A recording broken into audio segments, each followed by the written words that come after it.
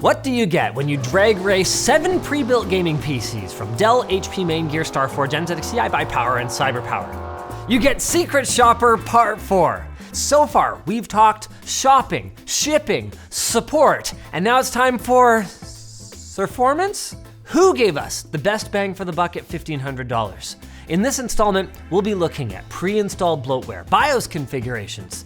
Is anyone leaving performance on the table with a bad config? Cooling, and of course, straight up raw gaming horsepower. We'll also be looking at who sponsored this whole series. Ugreen and their Nexode Pro 100-watt charger. With 100 watts of supercharging, it'll take your 14-inch MacBook Pro from 0 to 86% in just 60 minutes. And with 3 USB ports, you can charge up to 3 devices at once. But enough about charging devices for now. I want to talk to you about our old friend Dell. When we unboxed the XPS 8950 Night Sky, we noticed that there was both a 1-year on-site service warranty and 1 year of accidental damage protection. We chalked this up at the time to them both being included. But the thing is, Shay said no to the extra warranty that was suggested for an additional 69 Canadian dollars, and after investigating further, it turns out that it wasn't included. There was a charge on our invoice for it. It was only $54.62, so we got a discount, but we never agreed to it, so any points that we gave Dell earlier in the series for not forcing their warranty down our throat were unwarranted. That's right, Dell screwed us again, and you'll soon see that it was in more ways than one. The Windows 11 Home and BIOS versions were from mid-March, the chipset driver was from late 2021, and our graphics driver was from mid-November 2022. I am now 100% sure that we were getting some cleared out old stock, which isn't inherently a problem, just something to watch for if you're buying a Dell. To ensure that all of our hardware in the series is putting its best foot forward, we updated all the software and drivers, enabled XMP memory tuning, and enabled resizable bar on all of our systems. Or at least most of them. I'm sad to say that not only did Dell not have either of these 2 performance enhancers turned on, but XMP isn't even an option on this motherboard, and adding insult to injury, the included JDEC 4800 megatransfer per second CL40 kit was running at just 4400 megatransfers per second with no way to change it. So that's what we were stuck with. We did find some highlights as we went through the system in more detail. The DRAM cached Samsung drive that Dell uses is a cut above the competition, but looking into their power supply, we were very disappointed by our upgrade options. It's a piddly 460 watt 80 plus bronze unit, so certainly enough for our 12700 and 3060 Ti today, but no more, and because it uses a custom power connector, swapping it out for something else is going to be challenging. We were also very disappointed by the included cooler. It sucks, and it's really hard to upgrade thanks to the M3 threaded backplate that is built into the case. Moving on to CYBERPOWER, we're lucky this thing still boots after what Shay put it through. They 100% lost the tech support challenge. But hey, at least they didn't charge us extra for their 3 years labor, 1 year parts warranty, and we got a free month of Xbox Game Pass along with our mouse and keyboard. Software updates weren't awful either, with our graphics driver being very current and our BIOS just a couple of months old. Windows and our Intel chipset could have been better at mid to late 2022, but we consider that to be acceptable. A nice touch is that both XMP and resizable bar were enabled out of the box, but what's not so nice is this single channel DDR5 config. I kinda railed on this before, but I'm gonna do it again. Really, CYBERPOWER? I mean, at least it's kind of fast DDR5? It's just painful seeing them save like $5 on single channel memory, only to waste $50 on a Z series motherboard for a non-overclockable CPU. At least the system is easy to upgrade though, with a standard motherboard from ASUS that gives us 4 DIMM slots, lots of M.2 and PCIe expansion, including Gen 5 expansion for potential future GPUs. It's also got a much better power supply at 600 watts, 80 plus gold. So if you do want to upgrade that RTX 4060 in the future, you should be able to. Our only big issue here, aside from that stupid single channel memory module, is a serious lack of airflow, which is such a shame because it has all these fans just impotently spinning behind a sealed off front panel. The good news is that the RTX 4060 8GB doesn't get all that hot, but if we were to step up to even a 70 class card, I can't guarantee the same results in the future. And forget about the future, the CPU is a problem today. Yeah, it's liquid cooled, but these Intel chips need all the help that they can get when the motherboard lets them run full bore. And this system in Cinebench 2024 had our CPU up to a toasty 100 degrees Celsius, 97 average, meaning it needs more airflow or maybe a bigger radiator if you're gonna hit it with heavy multi-core loads, but it should be noted that it was totally fine in games, and we did buy a gaming PC, so we got what we asked for, but it's something potential buyers should be aware of. Next up is the PC I'm betting on, the HP Omen 40L GT21, and it's not off to a good start. Windows, chipset drivers, BIOS, and GPU drivers go as far back as late 2021. So if you buy anything from HP, make sure that you're ready to install a slew of updates before you actually get to gaming. You're also gonna want to enable XMP, since that wasn't on by default, but Rebar was, even though we couldn't find the setting for it in their custom BIOS. In the box, we got a keyboard and mouse, like almost everyone else.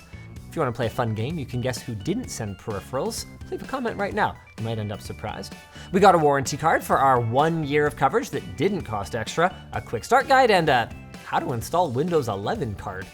I guess these guys are still shipping Windows 10 systems? Though, based on how updated it was, I can't say I'm that surprised. Like with Dell, we're looking at an OEM motherboard, this time for our only AMD CPU, the Ryzen 7 5800X non-3D. But hey, it uses a sensible chipset, B550, and it's pretty bog standard, both in terms of its layout and its connectors, allowing for all the usual upgrades, including swapping the board out entirely in the future and continuing to use the case and power supply. See, it's not that hard, Dell. It doesn't have a ton of PCIe expansion. The 116X slot is already populated, though it's by the GPU that I think is gonna win this thing the crown, a last gen RTX 3070 Ti. And to its credit, it's got the first power supply that made me say, put away that sexy new Noctua Edition screwdriver from LTTstore.com.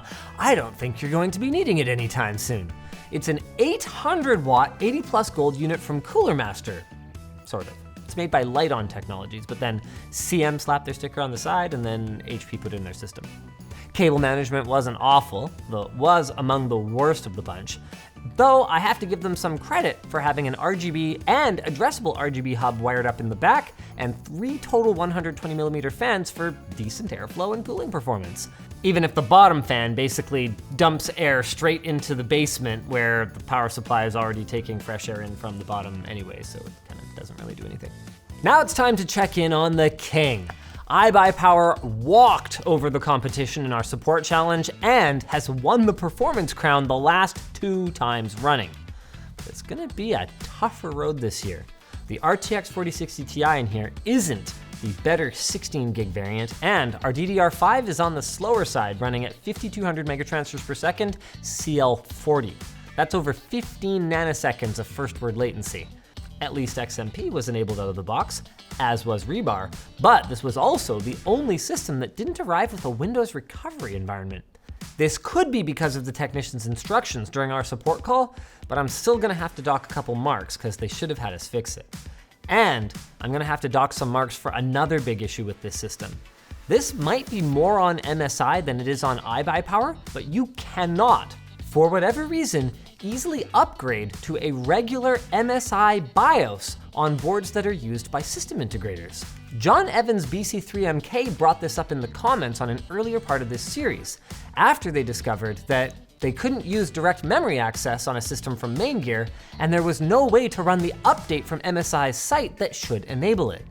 Now, we didn't run into that, but our test technician John did notice that MSI Center wasn't installed properly, so he figured, okay, easy fix, let's just run clean center master from MSI's website. Didn't work. Then he tried uninstalling and reinstalling with 3 different versions from MSI, the Microsoft Store, and TechSpot, and no dice.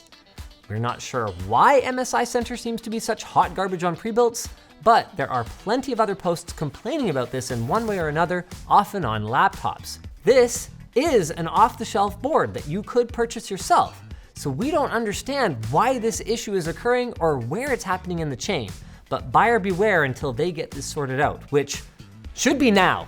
MSI, now's a good time. We also have a couple of other hardware complaints, mostly to do with the case and the cooler. I mean, front air intake? Who needs it? Hopefully not you.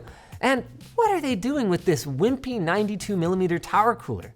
I mean, it's better than nothing, I guess, but why, when actually good air coolers are so cheap these days? It also doesn't help that our MSI motherboard here was set to water cooler mode, which gives our 13700F access to a whopping 251 watts of juice at power limit 1, which is way too much for this piece of junk cooler, as evidenced by our near instant 100 degrees Celsius in Cinebench. Other than that though, they did pretty well. Tidy cable management, an SSD with a DRAM cache, even if it was on the slower side, and BIOS and GPU drivers that were only a couple of months old. It's also got a 750 watt 80 plus gold rated power supply, which is 50 watts more than the 700 watt that we were supposed to get. 3 years labor, 1 year parts warranty, and an RGB keyboard and mouse, and an Overwatch 2 Invasion Ultimate bundle? Hooray!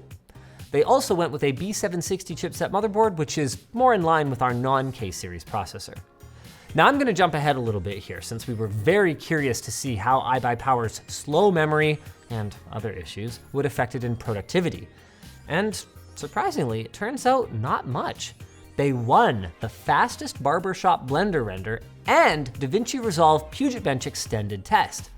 Honestly, the 4060 Ti 8GB ended up being a little engine that could throughout all of our testing, and the dual fan variant in this system even managed to stay nice and cool in spite of the abysmal front air intake on this case. Now, before we get to MAINGEAR, we've got a word from our sponsor, Ugreen. With their Nexode Pro 65 watt mini, you can charge a 13-inch MacBook Air from 0 to 70% in just 60 minutes. And with their combination of GaNfinity chips and AirPuratech, they're able to make this device tiny, fitting in the palm of your hand while maintaining the same output as their previous Nexode 65 watt charger. It's also compatible with all modern smartphones, tablets, and laptops with support for 45 watt Samsung Superfast Charging 2.0. These GaNfinity chips are also efficient, putting the green in Ugreen. Now for another 4060 Ti build, the MG1 Gold from MAINGEAR. They went with a better air cooler, but a lower tier CPU, and while it's a DDR4 system, hey, at least the memory is snappy DDR4 at 3600 megatransfers per second CL18. Everything except for Windows 11 was pretty up to date, and overall, it looks super clean with lots of RGB if you're into that. But we have some pretty serious complaints once we get under the surface. Really, MAINGEAR? 512 gigs of storage in 2023? Who do you think you are, Apple? This is almost as bad as the single stick of memory that we saw earlier. I mean, we darn near filled this thing up with just our benchmark suite. XMP was also off, so if you want to actually take advantage of this decent memory kit, make sure you fix that yourself. And it's got an 80 plus bronze rated power supply compared to the gold rating of most of the others. There was no included battery in the RGB remote, and AMD Ryzen Master was pre-installed, despite this being an Intel system. That's probably just part of the standard software set that they load onto each system for testing before it leaves the warehouse, but using the exact same image across AMD and Intel does come across a little sloppy. This one also did not come with a keyboard and mouse, so you're going to have to purchase those separately. As for what they got right, they killed the support challenge, and I'm happy to say that their zero bloatware advertisement is accurate, other than the Ryzen Master issue that we had. Cable management is great. We got a Windows recovery USB drive in case we ever need a reset, and there's reasonable airflow with our CPU and GPU staying cool and quiet while gaming and testing. With this setup, you could easily upgrade this i5 to an i7 down the line. Except the issue is, you're probably gonna want to. The 13400F is okay, not great, and it shows when we get into our Cinebench and DaVinci Resolve testing. Surprisingly though, probably thanks to the faster memory kit, MAINGEAR crushed it during Cinebench GPU testing, and they had the second fastest blender render out of the bunch. Overall, not a bad showing, but we're not ready to talk gaming benchmarks yet, and well, no spoilers. At least not until we've talked about NZXT, who fell victim to one of the classic blunders. This time, a K-series overclocking CPU on a B-series board that doesn't support overclocking. However, that's actually not nearly as wasteful as the other way around these days, now that CPUs are pretty much overclocked out of the box, and these K chips are measurably faster even on B-series boards, regardless of any performance tuning. This system used all 4 DIMM slots, which could be a bummer for future upgrades, but has 32 gigs of DDR4 running at 3200 megatransfer CL16 right out of the box, so it's less likely to need an upgrade.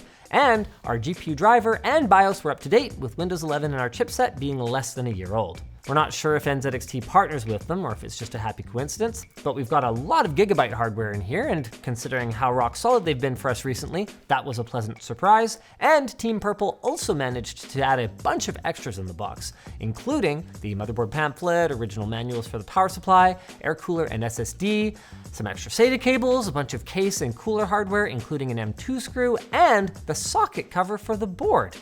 Even the H5 Flow case manual. Okay, these aren't extras, but this was probably the most complete experience out of the entire bunch, and the closest to what you'd end up with if you bought all of the parts individually and built it yourself. The only things missing were a mouse and keyboard, but as with the rest of them, these are things that you can choose to add at the time of purchase or just bring your own. They've also gone with a WD Blue SN580 2TB drive. Admittedly, that's a DRAM-less drive, but one that performed well enough in our testing and offered 4 times the storage of that MAINGEAR drive. Yes, I'm still salty about it. Our system wasn't bogged down by a ton of bloatware, just the standard Gigabyte software and NZXT cam, and this was some of the nicest cable management out of the bunch, with everything tied up and tucked away for a sleek look. Unfortunately, it's not all sunshine and rainbows here. XMP wasn't enabled and rebar wasn't on, meaning you're going to be missing out on some performance if you never enable those options yourself. To its credit, the system stays cool and quiet enough, but if you wanted to slap a stronger GPU or CPU in here in the future, you're probably going to want to add an extra fan or 2 at the same time. Thankfully, it's the Flow variant of the H5 case, now with perforations, so there'll be some air for those fans to move. But what about STARFORGE? At a time where the 4060 Ti seems to be everywhere, the Ryzen 2 Prime stood out for having the only AMD GPU in our roundup, with a 12GB 6750 XT. That's a lot of VRAM, especially when everyone's complaining that 8 gigs just plain isn't enough anymore. And the software wasn't too old, with drivers just a few months out of date and a Windows 11 build from late September 2022. As for the warranty, STARFORGE does include great coverage at 2 years for the hardware, rather than the typical 1 year that we see for other system integrators. STARFORGE was also the only system to include sexy cable extensions for all 3 major visible connectors in their Deepcool CG560 case, which subjectively made this our nicest looking build. Though there are some polarizing elements, like it or not, the Deepcool AK400 cooler has the STARFORGE rocket logo on it, which makes the system look a little flashier and more custom than some of the other systems. The only issue I have with any of this is that these extras can end up eating up valuable budget that could have been spent on performance, which, guys, I promise we're going to get to very soon. I'm happy to announce that XMP and rebar were enabled out of the box, and there was basically 0 bloatware. One minor slip-up is it looks like they didn't prep the system properly, as we found a STARFORGE systems folder including a Windows key.xml file and some test software like OCCT and test driver. This is pretty minor. Whoever prepped the system seems to have just forgotten the last step there. And it's good to see that they're testing these systems before they put them out the door. It's just the kind of thing we would like to see cleaned up. There were really only 2 major issues. The first being that Puget Bench DaVinci did not like this system. We're not sure why. Could be the AMD GPU, it could be something else. It worked fine with every other computer we tested, but it's getting a big fat did not finish for that test, no matter what we tried. And the other is just how much the 12400 CPU in the system drags down performance. I mean, we know that Blender favors NVIDIA, so we're not surprised to see this one lose the render race. But what was surprising is just how much of a difference there was in Cinebench, with STARFORGE coming dead last there as well. But what about the games? I mean, after all, that's why we bought these computers, not to see big numbers in Cinebench and synthetic workloads. Well, in Cyberpunk 2077, everyone stayed above that critical 1% low of 60 FPS at 1080p, with HP clearing the second place finisher, IBUYPOWER, by a substantial 8%. Looks like I called this one, guys. What's surprising though, is just how close everyone but DELL and CYBERPOWER are. STARFORGE, NZXT, MAINGEAR, they're all within a few FPS of each other. Not the kind of thing that you would notice in day-to-day gameplay, and if you bump up the resolution, we get pretty similar rankings. F123 sees a similar podium with some minor shuffling in the mid-range at either resolution, but both Returnal and Red Dead Redemption 2 at 1440p see a bit of an upset, with StarForge's RX 6750 XT system taking second place. It's not by much, and when we scale down to 1080p, they technically lose by 1 FPS in the 1% lows, compared to MAINGEAR and IBUYPOWER, who have better CPUs. But overall, I'm happy to report that when it comes to gaming, your GPU is still the most important choice you're gonna make, and it's not a terrible decision to pair it even with something like Intel's lowly Core i5-12400, especially if you're going with a mid to performance tier graphics card. At least, as long as you are planning to play heavier AAA games. Dota 2, meanwhile, is more of a lightweight esports title and can end up heavily CPU bottlenecked, and this is the one spot where CYBERPOWER and their Core i7-13700F got their day in the sun. They jumped up from second last to second place when judging by 1% lows, barely losing to IBUYPOWER at 1080p. If we move up to 1440, that 1% lows gap does widen substantially, but they're still way ahead of everyone else on average, especially StarForge, where that CPU bottleneck is killing them. Unfortunately for CYBERPOWER, they came in dead last every other time. 1080p, 1440p, it doesn't matter. This was our only RTX 4060 non-TI system, and as great as the Core i7-13700F is, it is not enough to carry the rest of that build. I was surprised to find that single-channel DDR5 isn't nearly as bad as I expected. That virtual second channel on each DIMM helps it hold up much better than single-channel DDR4 would, but it also didn't help enough here. So bottom line, if you're strictly an esports gamer, overspending on a fast CPU is a valid way to go, but then considering how our support call with them went, maybe you could look to someone other than CYBERPOWER if you don't want to build your own PC. So in a major upset to some, but no surprise to me, HP is our winner this year. Decent packaging, standard, if somewhat OEM flavored parts, the beefiest power supply at 800 watts, solid case design, good cooling, and a great CPU-GPU combo that delivered well-rounded performance across our entire suite. They also had solid customer service, both when purchasing the system and on our tech support call, even if they did give up and ask us to send it back for repair. My only complaint is that if you buy from them, make sure you're ready to run a bunch of updates and enable XMP, or AMP, as HP lists it in their custom BIOS. Oh, and maybe move that bottom fan intake up or flip the power supply so the air is actually doing something.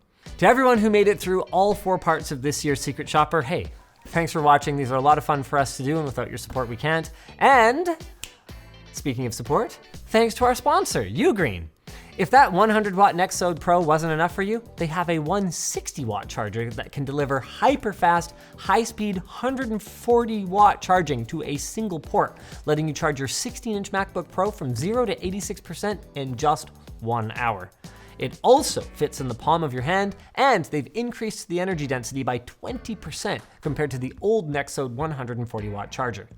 If 3 devices isn't enough for you, this guy can charge up to 4 devices at the same time, ranging from a smartphone to a MacBook Pro. So replace that bulky old AC adapter with this one. With millisecond temperature detection protection from overheating, overcharging, and excessive current, Ugreen's built-in thermal guard system will help keep your devices safe and provide a full, fast charge without damaging your battery longevity.